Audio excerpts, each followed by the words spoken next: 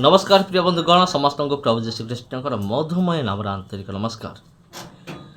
भगवान को खोजु खोजु जीशु को पाइले कथाटा आपन को केमती लगुच खोजुले भगवान को जने हिंदू भाई हिंदू व्यक्ति निजर भगवान को खोजुले किंतु भगवान को खोजु खोजु जीशु को पाईगले बा तांको जीशु मिलीगले और से खोजुले खाली पादरे बिना चपल खोजुले। तबे प्रिय बंधुगण आपन प्रथमे साक्ष्य शुणु तापर आम आलोचना करिबा।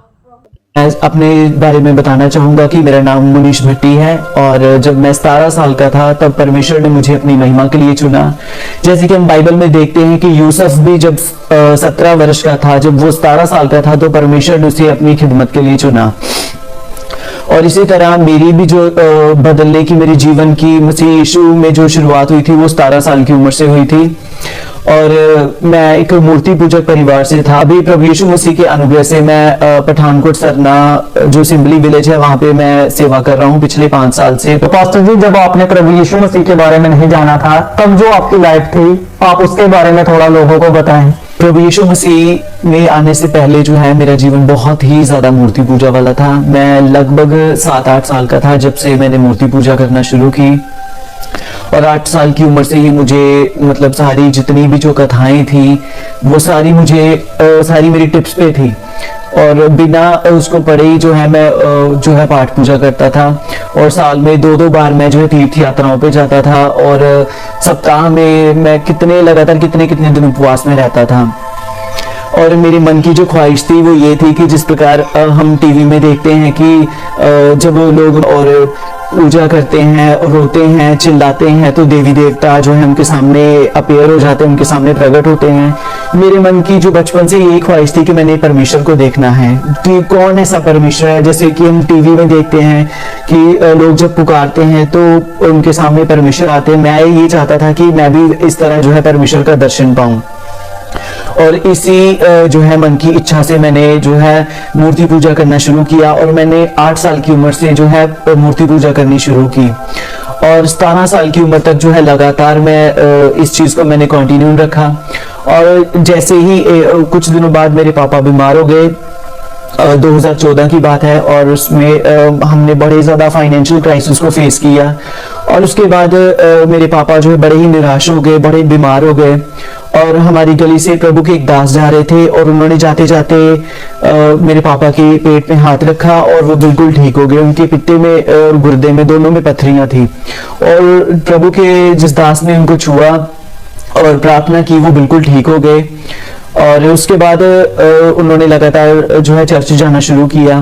फिर मेरी मम्मी जो है उन्होंने भी मेरे पापा के साथ चर्च जाना शुरू किया।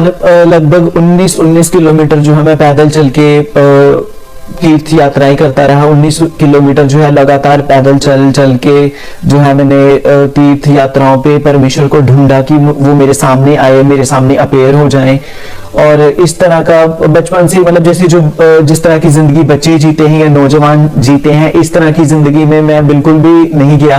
मेरे मन में बचपन से यही ख्वाहिश थी कि मैंने परमेश्वर को देखना है और इन्हीं चीजों को लेके जो है मैं सुबह शाम दिन रात पागलों की तरह मिट्टी की मूर्तियां बना और पेंटिंग्स बना। मैं पूरी दीवार की जितनी पेंटिंग्स बनाता था ताकि इस चीज से वो खुश हो जाएं और मेरे सामने आ जाएं।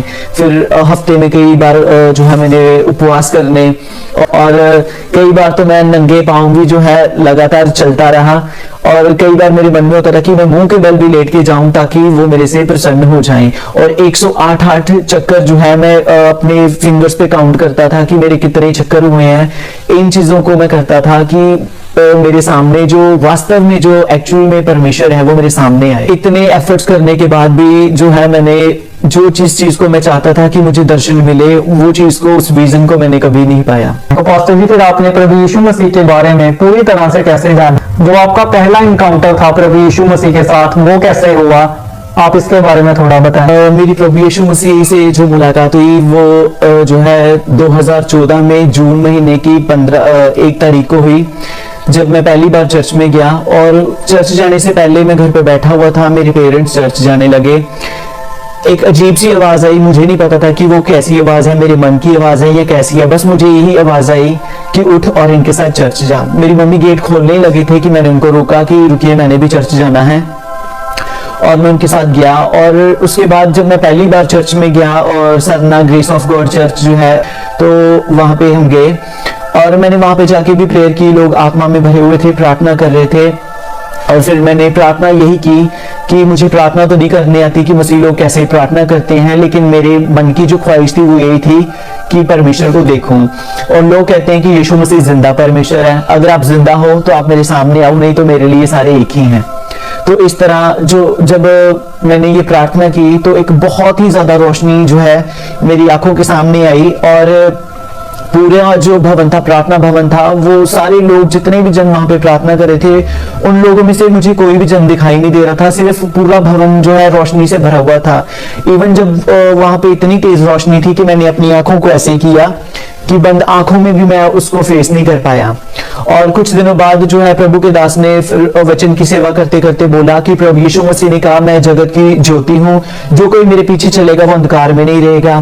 फिर उन्होंने मूसा के बारे में बताया कि मूसा को भी परमेश्वर ने जलती झाड़ियों में दर्शन दिया। तो इस चीज से फिर मुझे थोड़ी हेल्प मिली कि जो पहले दिन चर्च जाने में जो मुझे दर्शन मिला था, वो कोई रोशनी जो थी वो कोई साधारण रोशनी नहीं थी, बल्कि सर्वशक्तिमान खुद मेरे सामने आई थी। और जब मैंने पहली बार उस रोशनी को देखा, फिर मुझे समझ आया कि वाकई में पहले दिन ही परमेश्वर ने मुझे दर्शन दिया है। जिस तरह परमेश्वर ने मूसा को दर्शन दिया, जिस प्रकार परमेश्वर ने जो है बाइबल में कहा कि मैं जगत की रोशनी हूँ, और प्रभु ने रोशनी में मुझे दर्शन दिया। और उसके बाद फिर मैंने लगातार चर्च जाना शुरू किया। और 2014 को जून महीने की 15 तारीख को 2:29 पे जो है मेरा बपतिस्मा हुआ। मैंने प्रभु के दास को कहा कि मुझे बपतिस्मा दे, और उन्होंने कहा कि आप पहले कुछ समय जो प्रभु के साथ बिताएं, परमेश्वर के वचन को सीखें, फिर हम आपको बपतिस्मा देंगे। उसके बाद फिर मैंने थोड़ा जिद की प्रभु के दास के सामने कि नहीं, आप मुझे बपतिस्मा दो।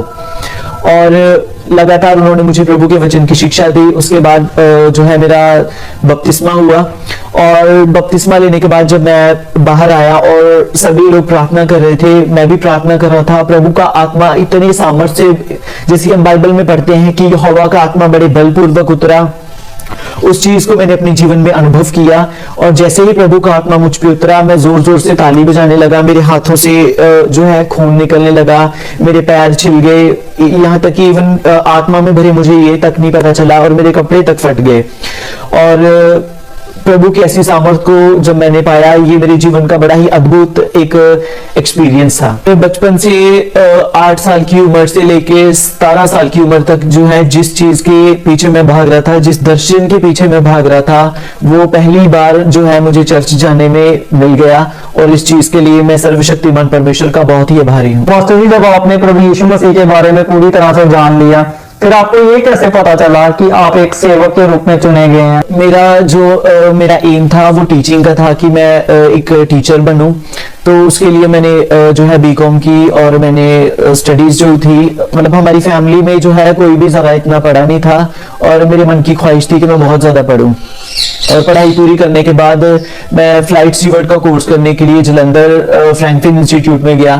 और जब वहां पे मैंने एडमिशन भी ले ली, सारी फीस डिपॉजिट करवा दी, और वहां की 1.5 लाख फीस थी, और 50,000 जो है वो मुझे उसमें स्कॉलरशिप मिला। उसके बाद कुछ पैसों की थोड़े मुझे फाइनेंशियली इश्यूज को फेस करना पड़ा। मैंने वहां पे जॉब भी ढूंढी, और मेरी सिस्टर जो है उनकी शादी एक मसीह परिवार में हुई, और उन्होंने मुझे कहा कि प्रभु आपसे सेवा चाहता है। तो मैंने उनको कहा कि नहीं, मतलब मैं चाहता हूं कि मैं प्रभु में अच्छा जीवन जीऊं, मैं बहुत ज्यादा प्रार्थना करूं, प्रार्थना में जीवन जीऊं, और मैं साथ में चाहता हूं कि मैं कुछ बनूं। लेकिन परमेश्वर की योजना थी मुझे अपना दास बनाने की।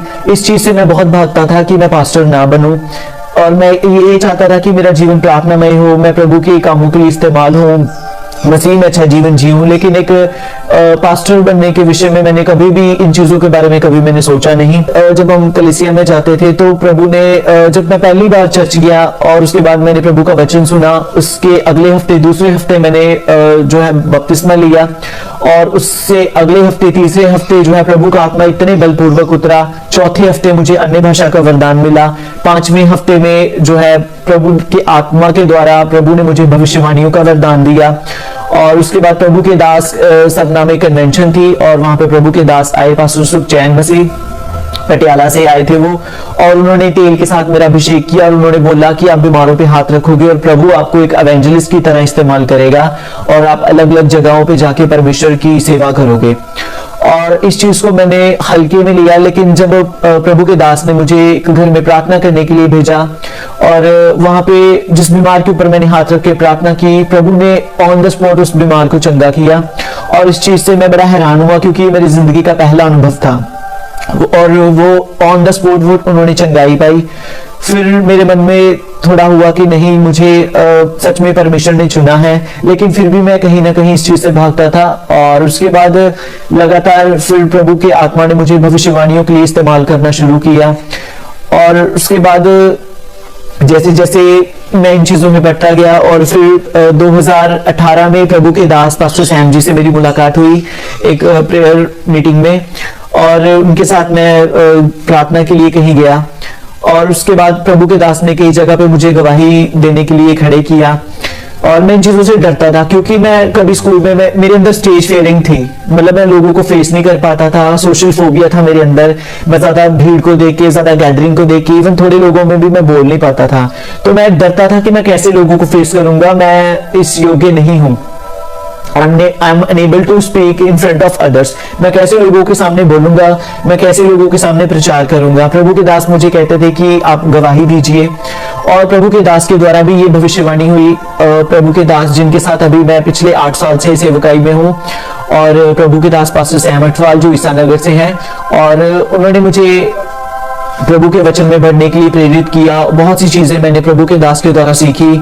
और फिर जब मैं उनके साथ सेवकाई में जाता था, प्रभु ने मुझे भविष्यवाणियों के लिए इस्तेमाल किया जो कि प्रभु के आत्मा के द्वारा बोली गई थी और वो पूरी भी हुई।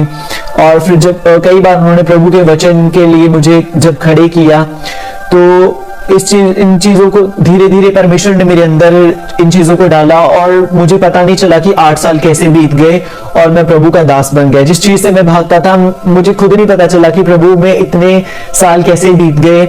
और जैसे कि हम मत्ती की पुस्तक उसकी 11 अध्याय में देखते हैं, प्रभु यीशु मसीह ने कहा है कि हे सब बोझ के नीचे दबे लोगों मेरे पास आओ, मैं तुम्हें विश्राम दूंगा, और अपना बोझ मुझे दे दो और मेरा बोझ अपने ऊपर ले लो, क्योंकि मेरा बोझ सहज है, हल्का है।